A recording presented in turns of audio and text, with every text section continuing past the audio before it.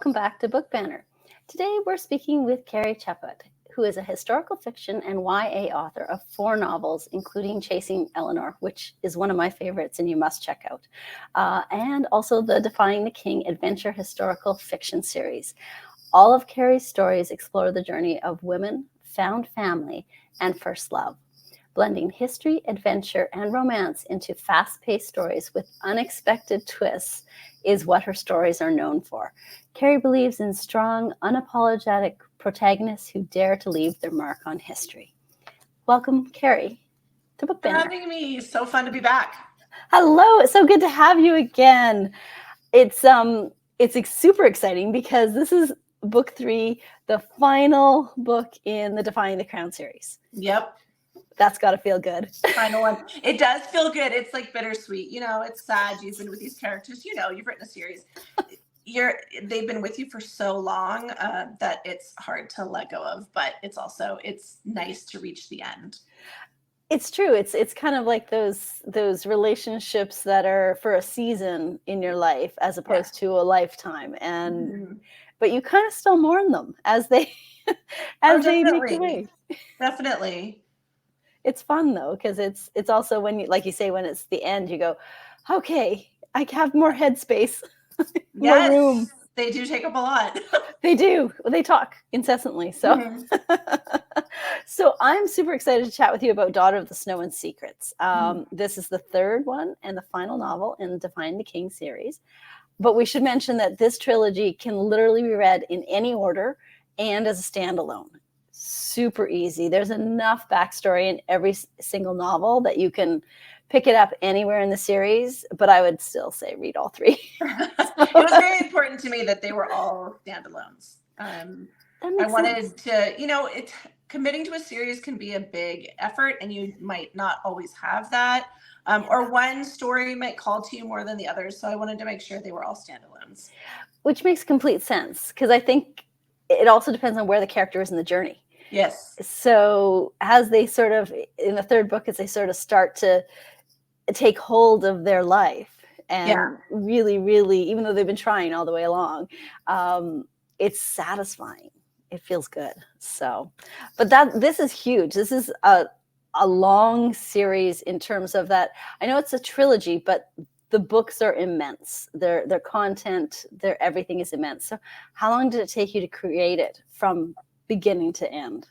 I started the first book, Daughter of the King, in 2019. So it has been about 5 years. Wow. Oh, that is a long time. It's a long time. And I would say without realizing it, I was researching it in 2018 when I was doing an ancestry. Taking a lot of the research in. Yeah. And I was very terrified to write that first book. It was a big undertaking. And it was only my 2nd book that I had ever attempted. And it went through a lot of revisions. And I mean a lot. I really learned the craft on that book. So it's been 5 years from the time I started writing. 5 years. Wow. Yeah, that's a long time. That's a dedication. So good job. Thanks.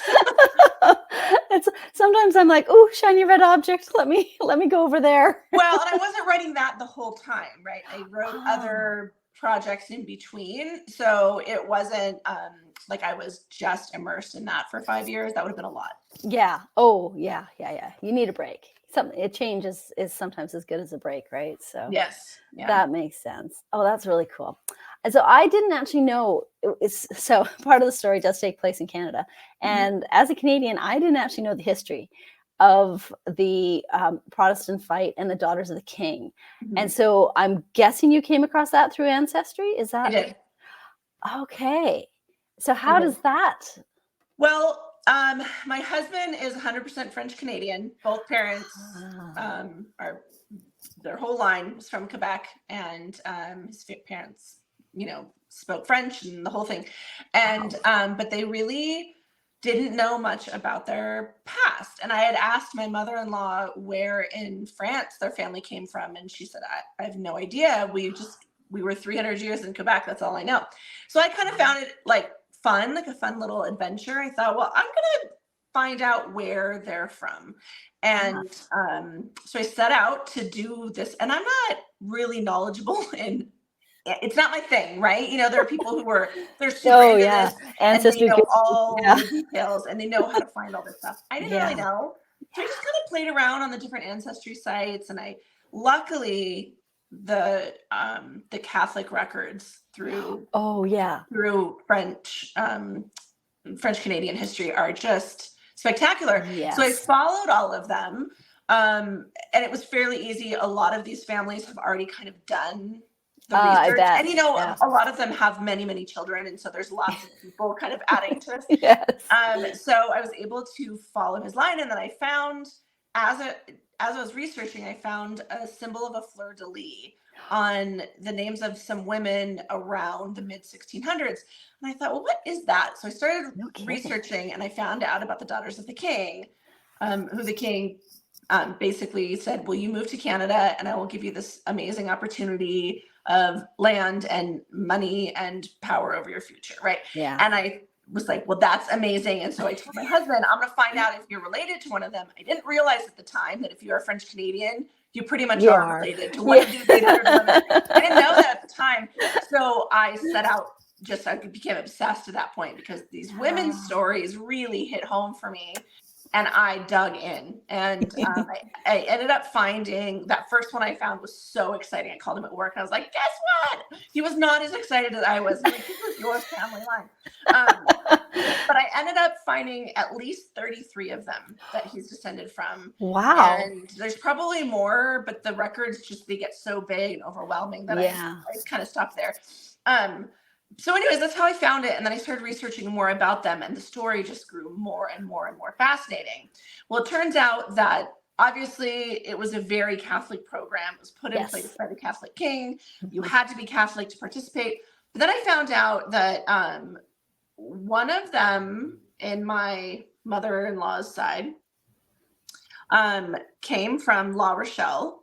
It's not stated in the documents, but I kind of thought, I think she was probably Protestant because of some of the records, and you would have had to convert to Catholicism at the time. And there were a few ones that documented, that they did convert. So it wasn't very common for a lot of Protestants to become a daughter of the king at all, but some did kind of change their life circumstances. And then that's when my character started forming, because I thought, well, that's an interesting little take there, because obviously religion to us is a different thing than religion in 17th century France. Oh, gosh, yeah. It was either it's going to protect you if you're Catholic, or it's going to kill you or torture you if you're Protestant. But because of the belief of Protestants that it's not a personal choice, they believe they were born this way, and it's very fascinating. And I thought, well, that has instant tension written all over it. So I kind of knew that my character would be Protestant. And from that, as I wrote it, I now veered into really researching the Protestant fight, which I find very, very interesting as well. So the two kind of combined to create the series. That's cool, because it's interesting, because so much of, I had no idea that there was even a Protestant fight, because when I think about Canada being from Britain, it was part of the Commonwealth. I think Britain, Church of England, I think Anglican. I don't think Catholic. I never knew there was tension. So that was super fascinating to learn about. So thank you. That was awesome. I learned a lot too. I actually didn't know about, I didn't know what a Huguenot was. And I didn't understand the fight. And it's hard to understand. You read along and you're like, I still don't really understand why you hated them so much. Why, they were a threat, I guess. But it's really, and it's such a defining, important moment in European history that is really not given very much attention. It's not. It's really not. No, because you kind of, after that, you have the French Revolution. And they actually, a lot of historians say that the movement of Protestants out of France, in the hundreds of thousands, because they were trying to save themselves. A lot of historians relate the revolution in part to losing these really important members of French society. They were merchants, they were wealthy, Yeah. they were functioning, members of society, and they lost, huge portion of them Because they were different. Like that's because they were different, and they questioned the church. They questioned mm. the idea of the hierarchy of the Catholic Church. Which, yeah, I think Yeah. there's a lot of people who still do. Yes. So, Yeah. It's interesting that, when you're put in that situation, because I'm assuming that didn't always exist. There wasn't always this angst between a Catholic Church and Protestants. I'm assuming that, but I don't. There must have been something that from what I instigated. understand, I mean, Protestantism it was fairly recent in the 1600s, like late 1500s, early 1600s, okay. I believe. So it was started by a handful of members in different countries that all kind of, the one that Huguenots took after was Calvinism, John Calvin. Oh, yes. And so what happened was these were very, very educated members of society, so they could read. Yeah. So the word traveled very quickly. Yeah. And they started to become they married into the royal families. They gained some strength and some power. And, no one at that time liked to give up power. It's not. No one enjoyed that. I don't think they enjoy that now. No. Some things don't change. Yeah. So I think from the get-go, because obviously they were against a lot of the practices of the Catholic Church, and that was just not going to go well for anyone. Like, the Catholic King does not like to be questioned. No, right? Clearly. Clearly, he doesn't like to be questioned. He's an interesting character, boy. He's an interesting character. Yes, he was. Everybody should just read the novel just for him, because it will make you question the sanity of people in that era.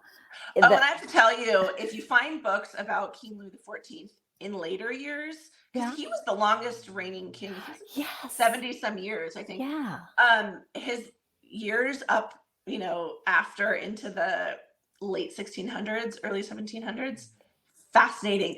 Even more eccentric, and then the people that adored him became more eccentric too, like wild stories. I almost want to write another one just because the stories, but I was like, no, we're done. But that's so bizarre. Like that would fly, but Protestant. I can't say the word now. Exactly. It wouldn't. Right? You couldn't be Protestant, and yet that kind of behavior would fly. That's just mind-boggling. It's mind-boggling. Yeah. There's some things you just can't make up. Right, like truth is harder to believe than fiction sometimes. And King Louis he was out there. Yeah. Wow. Well, look at the palace. I mean, stunning. And that actually, I have that. I now have to figure out where that question is on my list. Okay. So the history is so definitely woven in. It's like I learned a ton, and every time I talk to you, I learn a little bit more about it, because it's such, like you said, unknown history, right? But it's incredibly entertaining, because you do question the sanity of the people of the era and how willing they were to just. So many of them, the masses, were willing to just follow. Yeah, which is concerning. Yep. In itself. But that's World War II, same thing. Yeah. It's so many big shifts in history were because so many people allowed the horrid things to happen. Yeah. Yeah, that's so true. It's so I can only imagine how much research this took, because like when you want to sprinkle in like a little thread into history, into a book, it takes a lot of research. But this is immense amount of history, and it covers multiple locations and everything like that. So how did you attack that, or you just kept on reading, just keep consuming things? It was a lot. It was the most I've ever had to do for a project, and partly because it's so far back in time. Yeah, what we have available, a lot of textbooks, which are not fun to get through. No. And a lot of research articles, and so I will say I've learned, my process has sort of been honed a little bit from that, because I spent a lot of time looking into the greater situation in Europe. and the cultural implications and the wars of religion, Yes. all the big items, right? I had to familiarize myself with all that. But I learned that I was going down these paths of really trying to get this deep understanding that was not necessarily going to help write the story. Right. So But I learned you had that, to know it. yeah, you got to know when to kind of go, okay, done. Yeah. So I did the bulk of the big sort of dry research before the first one. And I remember going to my old college bookstore and literally going through like the French history section and pulling out, buying a couple of used textbooks and like getting out my highlighter. So I go to college again. Self-learning. Yeah, it was kind of rough actually. I can only imagine. After that, I learned that once you get a base knowledge of the time and the class system and the customs, from there, the research for me ends up being very personal, meaning that I go through and I find the details of humans at the time. Yes. The weird, the eccentric, the unexpected, little things that make your story come to life. Those for me are the ones that I want to read about. And so I kind of compile those. Those are a lot more fun to totally research than the wars of religion. So it was ongoing. And then a lot of my edits are in regards to that, making sure that it's historically accurate, doing the best you can, because honestly, there's a lot of missing pieces in there.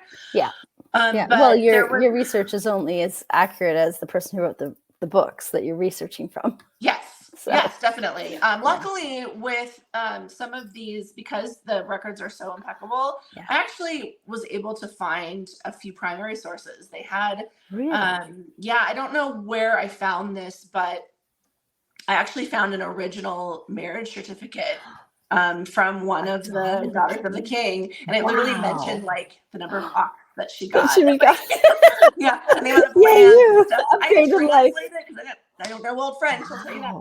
But I was able to find some really cool pieces, or they have like an original trunk that they kept their dowry and their trousseau in. So a lot of the things I was able to kind of see visually and read about, and it's all, that helps. In my opinion, we need a base knowledge of the time, but then so much of our historical research is about adding texture to the story. Right. And so it's very subtle, sometimes small details. Absolutely. Because you could research for, a day and a half and it gets one sentence of mention. Exactly. Or even the right word, right? Right? Oh my gosh. Yes. And in edits, you cut it out anyway. I know. I get a little attached sometimes to those. I go, no, we keep that one. I know it's been a day and a half to get that word. We're keeping that word. Yeah. It's funny what you end up fixating on. That's interesting though, because it's also, it tells you how much work it takes to weave those stories together with the fact and the human element, because that's the part we relate to, that we connect with. So it's incredible journey of a series. So well done. And book 3 is my favorite of the series. And I'm not sure if it's because I already know the characters by the time I got to book 3 and I was rooting for all of them. At first you're like, wait, what is she doing?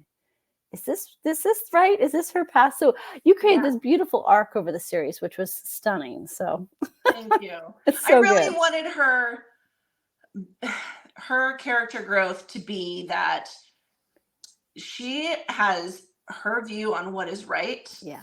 And nothing is going to waver from that. So she will give up her own personal happiness or what she deems to be what is right for this one thing. And that was a very interesting, character study, because I'm not really that kind of person. And so that sounds really hard.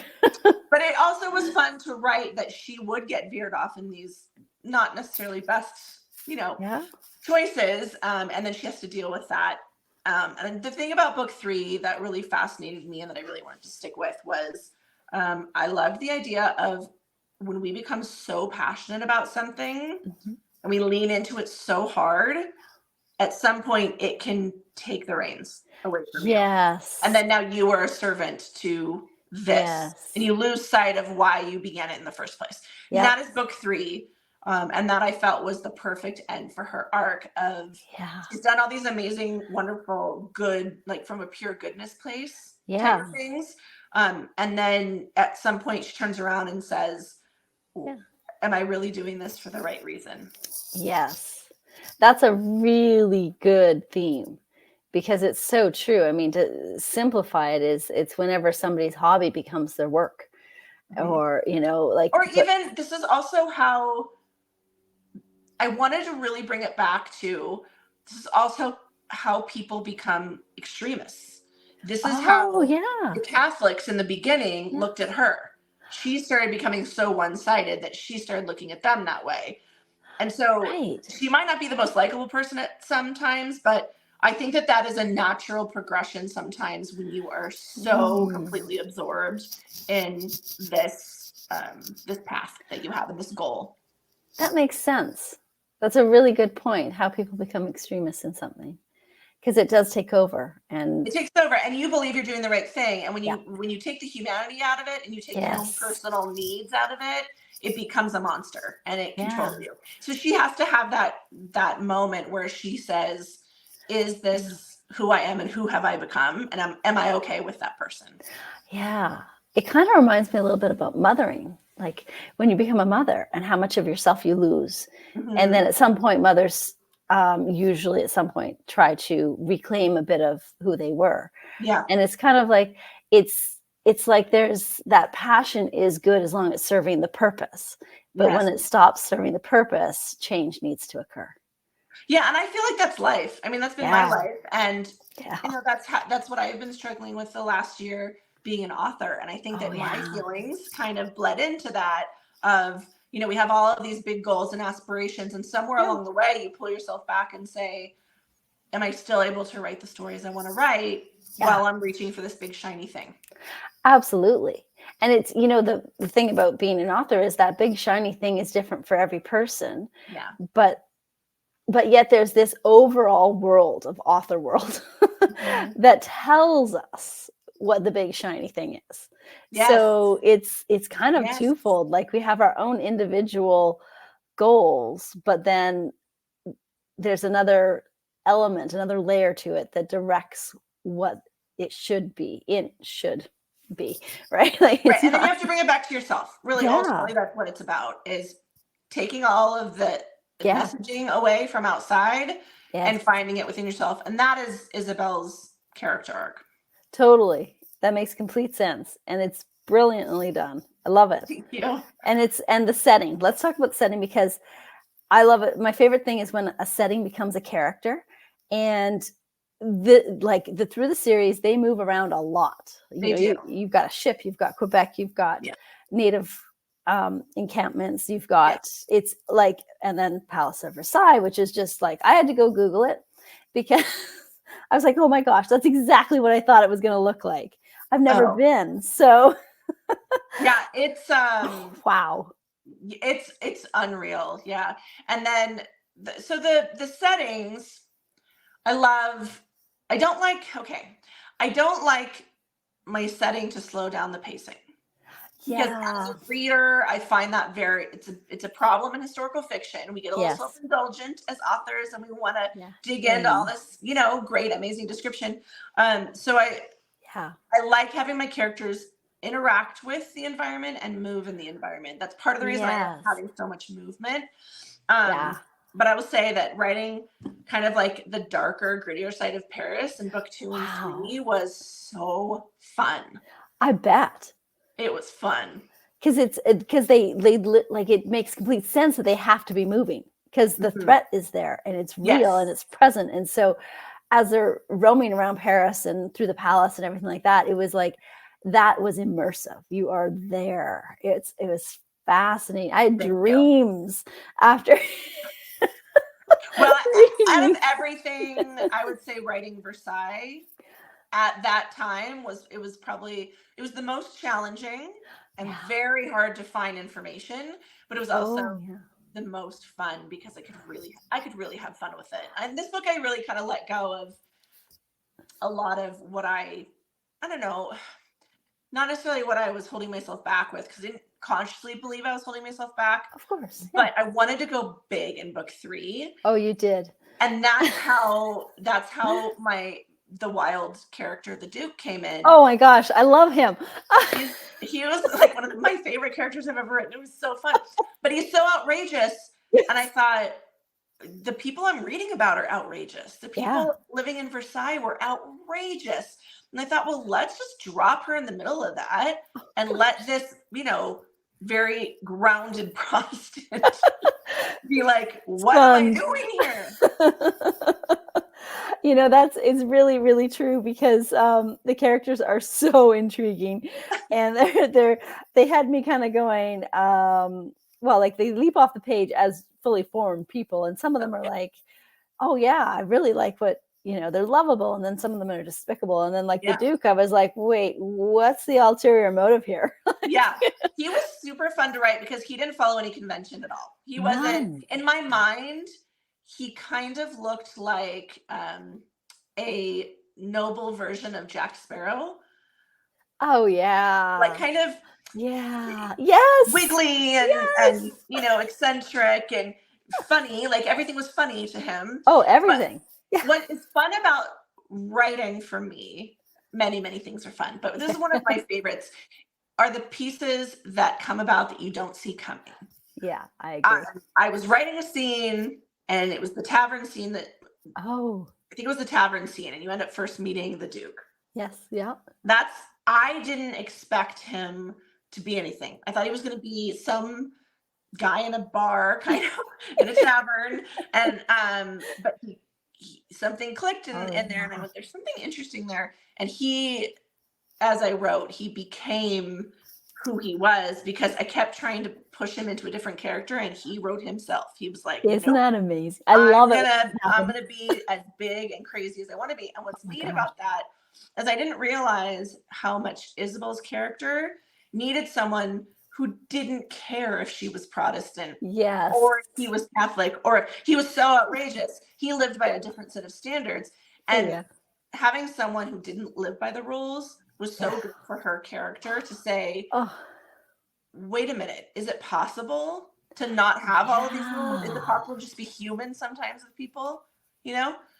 I think that's a really good point, because what's interesting about the Duke is that even though he does demonstrate all of that, the reactions that Isabel has with him are make her lovable, because she didn't have a sense of humor, and he forced her to kind of just go along with it. Yeah, totally. It was like he let her breathe. Like, I think so too. And I loved the idea of, he's this failed soldier who would rather sit in a tavern and drink all day than hurt Protestants. Yes. And he's a poet at heart, and he's artistic, but his family puts all these restrictions on him. And so he's like, I'm going to be as ridiculous as I want. And he literally is. But yet he's clever. He's clever. Yes. Yeah, that's what kept me guessing. And I loved it. I absolutely loved it. While we're talking about characters, I've got the follow Kerry on TikTok, because first of all, you have a huge TikTok following. Well done. Thank you. And I swear most of it is due to badass women in history. Yes. So you all need to, even if you're not on the platform, you can log. You don't even have to log in. You just have to go and view it on your computer. You don't even have to install the app. Just go onto the web browser and check out Kerry's posts, because you will learn something. You'll be inspired, and by the third or fourth one, you'll be like, man, this is not right. Oh yeah, it gets your age going a little bit. I'm okay with that.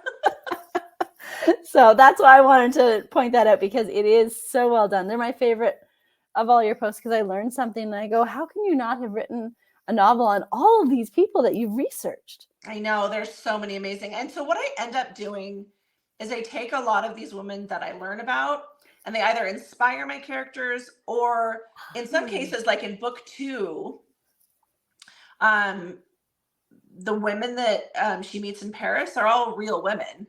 The king's mistress who held really?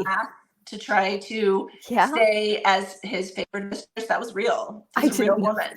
Oh my and god! And the woman who mixed poisons to give to other women, she was a real woman. I figured she might be real. Yeah. So so a lot of them find their ways in, and then another woman that was mentioned, who had a very interesting, taboo past. She was also real. So I try to sprinkle them in. And that's what's so cool about historical is the research tends to help drive the story, because you find out, oh, well, this is what happened next. I can write that in. I can find a way to put that interesting fact in. Totally. Because when it's the best thing ever when fiction and history meet, and you go, whoa, woohoo! And then you get the hope is that you get immersed and you are now living in that person's world while you're reading, and then you come up for air and you're like, no, I want to go back in. yeah, exactly. That's exactly it. And that's so okay. I'm jumping around on our questions, but since you said that, I want to talk about the fight scenes. The battles, because like you say, you're immersed, and every now and again I had to put them down and go, hang on. I need to catch my breath, and I'm not moving, and I'm not jumping, and I'm not tumbling all over the place. How did you come to have such a grasp on those battle scenes? Because I mean, they were fighting for their life. It would be unrealistic for them to not be fighting physically. But my gosh. And they weren't boring, and they were unique, every single one. Thank you. For book 2, I watched videos of the Native American practice of fighting. And they're very specific. It's beautiful. It almost looks like a dance. And it's like a tradition that they hand down.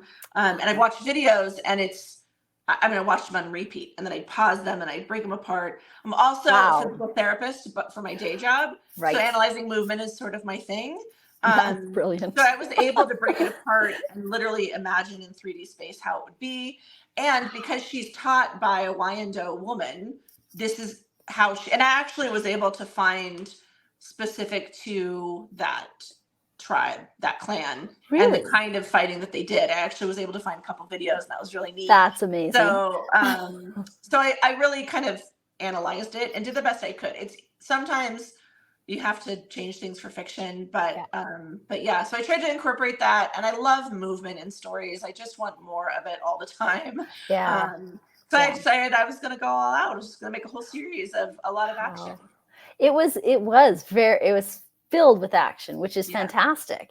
And it just was so real. Like you felt like, you feel like you got the wind knocked out of you as you were reading. That makes me happy.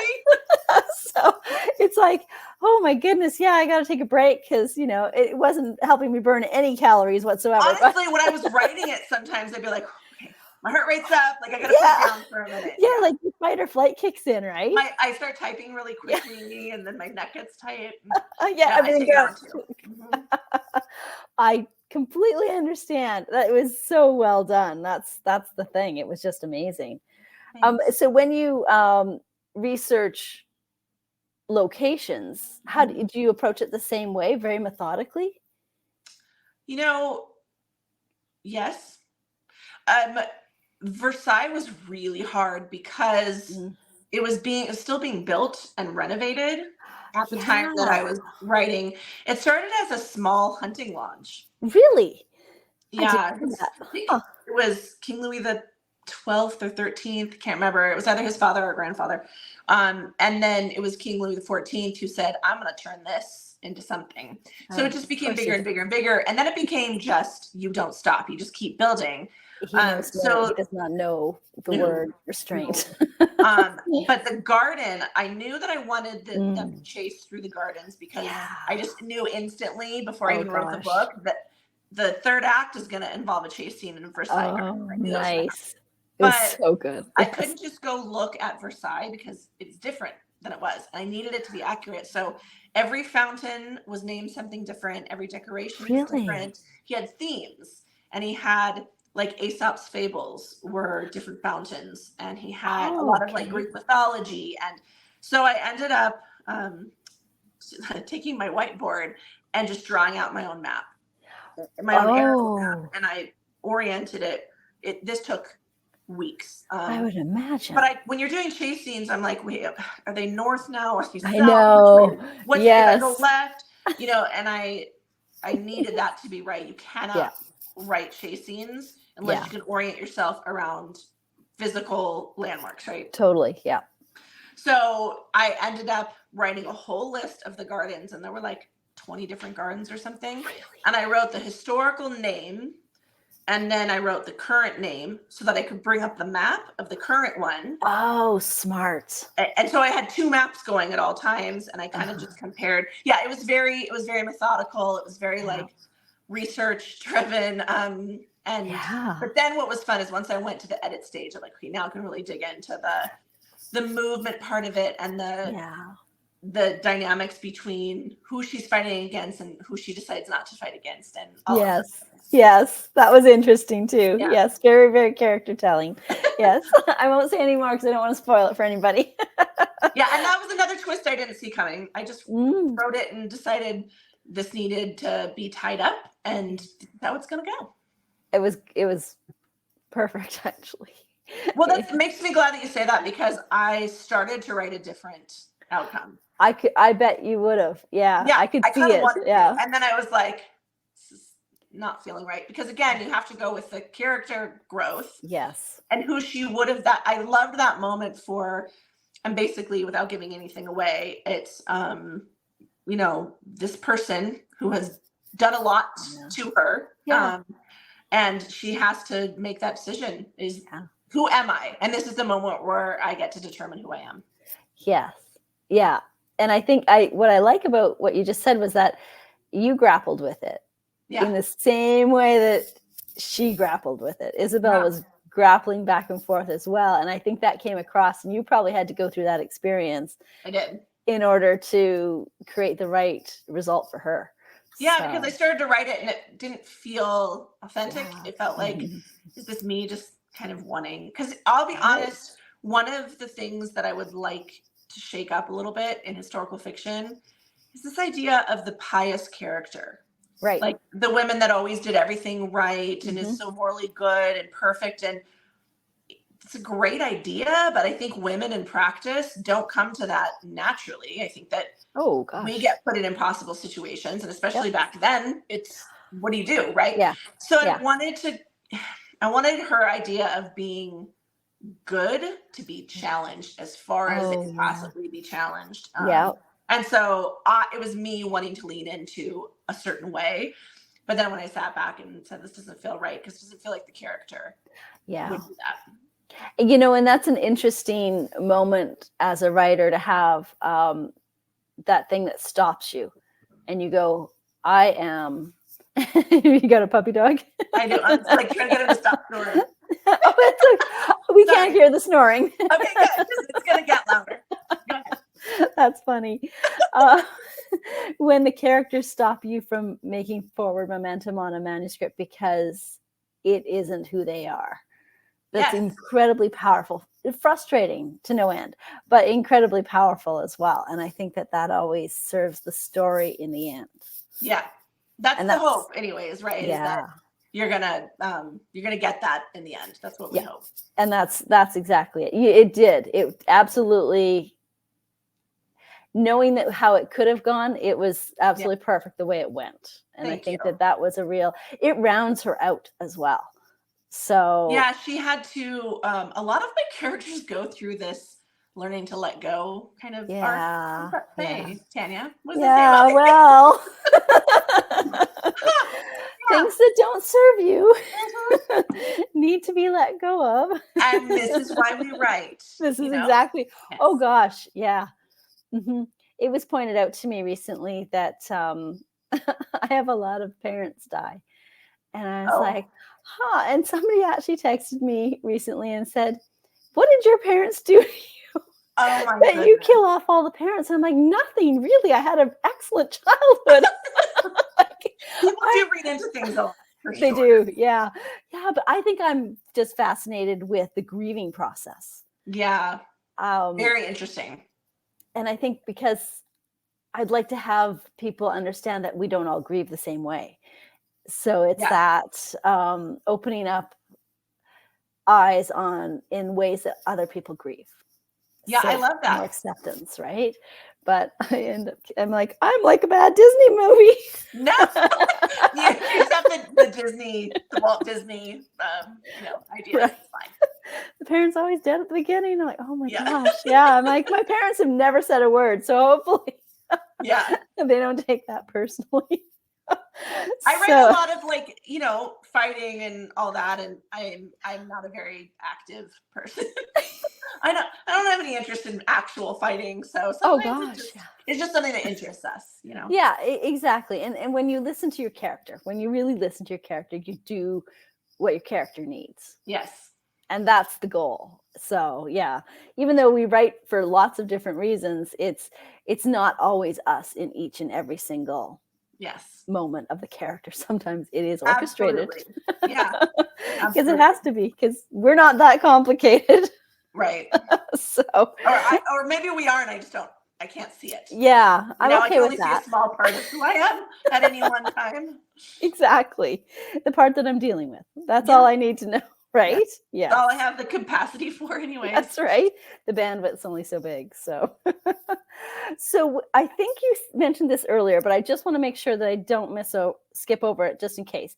When you were writing Daughters of Snow and Secrets, was there something specific you wanted readers to take away from the story? Because I want to make sure that is hit home on in this interview, so that because sometimes I find people pick out things that I didn't realize was in the story, right? And so I'm like, oh, good, right? Yeah. No, I know. I love how clever of me not to know that. I realize that. Mostly just what I had said earlier, that the becoming of who you are is frequently about going too far in one direction. You hit that wall of discomfort and awareness, and it pushes you back. And this is, it's like bumper cars your whole life. Yes. You're constantly going up against resistance, and you have to decide, is this resistance my intuition saying this isn't right? Or is it the external world saying you are wrong? Right. That was what I was grappling with the character as I was writing it. And I think I find that whole thing fascinating too, because it's again going back to learning your own voice. Yeah. And filtering out what the world is telling you. Yes. I think that Isabel does that very well all the way through. And that makes complete sense, because she was on a journey of self-discovery, and acceptance and letting go. And there was lots of she is a very dynamic character. So it's and I will tell you, I did not plan this series from the get-go. I knew it would be a series, but I don't plan anything. I'm a pantser through and through. But when I wrote the first book, it was pure survival. It was, she is living in La Rochelle. She is just getting things stripped away from her every day. She has to save herself. And then what does that look like? And can you ever really give up on who you are? That was book one. Yeah. Book two was, I have now survived, but who am I? And who I am is coming back up to the surface. And now how do I take that and do something good with it? That was book two. Book three was, I sat and thought about it for a while. I wasn't sure what was going to happen or where I wanted it to start. And I thought, what if I just open it with her thinking about her death, and she has a premonition that she's going to die? And it would be where she would be at in her life after all of this. And she's looking back going, how in the world have I survived for 20 years? Because no kidding. I was supposed to die when I was 19, right? Yeah. Back in La Rochelle. So when each book I kind of took piece by piece and thought, okay, who would she be now? And then you've got all this history of her fighting for the right thing and fighting for this bigger ideal of goodness, something above the law of the land, something above the religion that is ruling her life. And that's morality. And so she leans into the idea of morality, but it takes her on a bad path. Because again, you justify yourself as, this is the right moral thing to do because I'm saving people. Exactly. She has a moment, and it's very small in the book, and I don't know if you got it as a reader, but she has a moment where she enjoys the kill. Yes, I did get that. And yes. that moment took me by surprise because I was writing and I was like, that's interesting. And Mm-hmm. I thought, this is what would happen because you start to get a high. Yes. You start as defending yourself. And then when you get the power, that's going to kind of build up in you. So I loved tweaking that and being like, maybe she starts to like it. And then she starts questioning who she is. Yes. I like that a lot because that actually flips the whole dynamic between the battle in general, like between Catholics and Protestants. It is exactly how the Catholic community was feeling. And she starts to feel that. That's brilliant. I thought a lot about the quote of Winston Churchill talking about, he said something along the lines of, yes, I know I'm a monster, but how could I have defeated Hitler unless I was a monster? That's right. Right. Yes. In order to become, like, they made her. Yeah. They made her into this extreme of, in order to be able to fight the way I want to fight and save the number of people that I want to save, I have to put a little bit of my conscience at the door. Yes. And then at some point you put so much at the door that what do you have left? Yeah, not a lot. Yeah. Not a lot. That's where she got to. That's exactly it. Yeah. And that's where you start soul searching again to reconnect with who you are. Yeah. And that makes complete sense. Yep. Totally. I love it. And I should ask too, because everybody likes to read different ways. What formats are Defying the Crown series available in? They're in all of them, except Daughter of Snow and Secrets is in narration. It hasn't been put up as an audiobook yet. Okay. But it should be soon. I just contacted my publisher and said, do we have any word? And he said it's still in narration. So I hope that the audiobook for book 3 will be out soon. Otherwise, everything else. So the good thing about audiobooks for me is that most public libraries have audio and ebooks. So if your library has Overdrive or uses the Libby app, those are often some of the best ways to get them. So yeah, I get the dishes done by audio. Yeah. My book club does a lot of that. It's such a good time saver. Plus, I find if you have the right narrator, it amps up the story. So can you imagine? Like my dishes would get done super fast listening to it. So what are you working on now? Is there something that we have to look forward to? I have so many projects. Loaded question. What am I doing? Okay, so I have a completely finished product, which is it's a dual timeline about a erotic Venetian statue that gets unearthed or gets discovered, and a historian has to set out to find who created this statue, and it creates a whole frenzy, and it goes between modern day and 1600s Venice. It's a similar time frame, but it's Venice, and a lot of it takes place like during Carnival, and there's again setting, lots of action, and that's super fun. I don't have a published date yet for that. I don't have any details on that yet.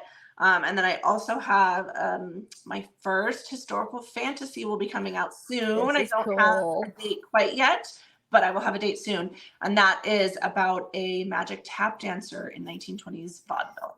That's going to be fun. I'm very nervous. It's a kind of a genre shift, but I'm really happy with the book. So I found that historical fiction readers easily swap to those magical elements. I hope so. Yeah. I do as a reader. And it's still very grounded historical. Yeah. It's not, that's the thing, right? I have a harder time shifting a setting to something otherworldly as a reader, but I totally can buy into magic and fanciful things. And for me, history is a little bit magical anyways. It totally is. We talked about Versailles in the 1600s was unreal. They were having fireworks and a menagerie of animals, like wild stuff. So that's a little magic to me. It feels a little fantasy because it totally does than what we know.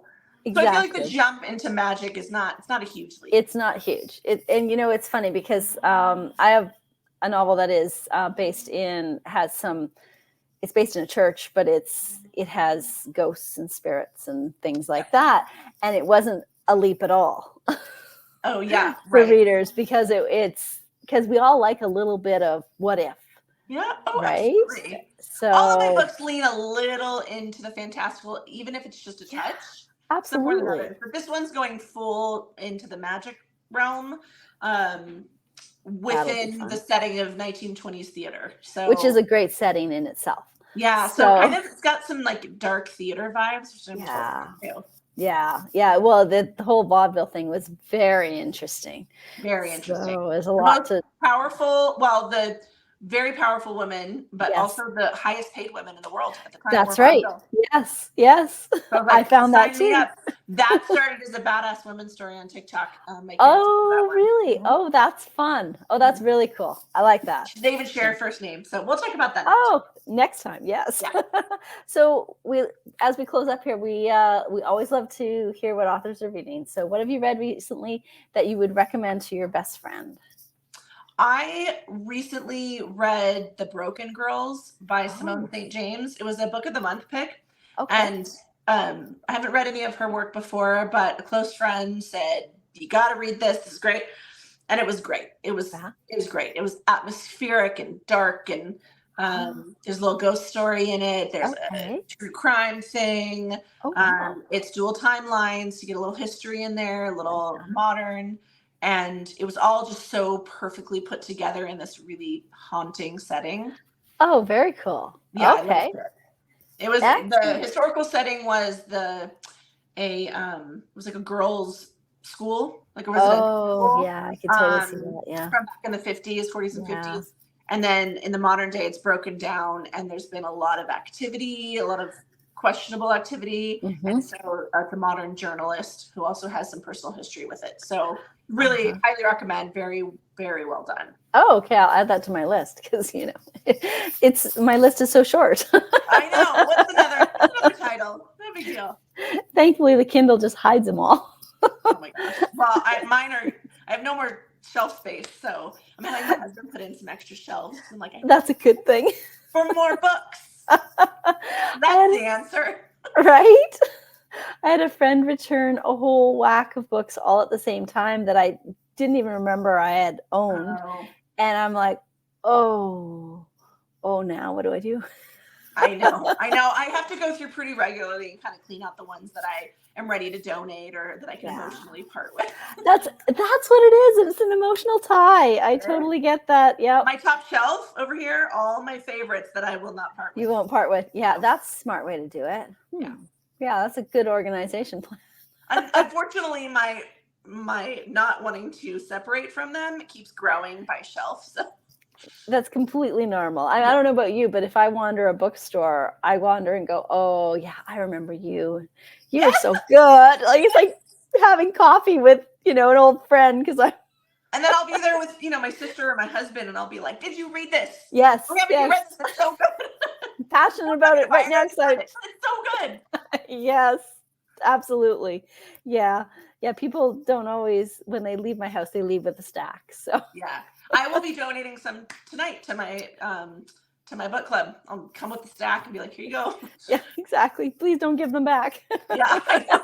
Exactly. This is called saving me space. Yeah. Yes. I totally get that. Well, thank you so much for joining us today. It was so great fun, to talk to you. Always.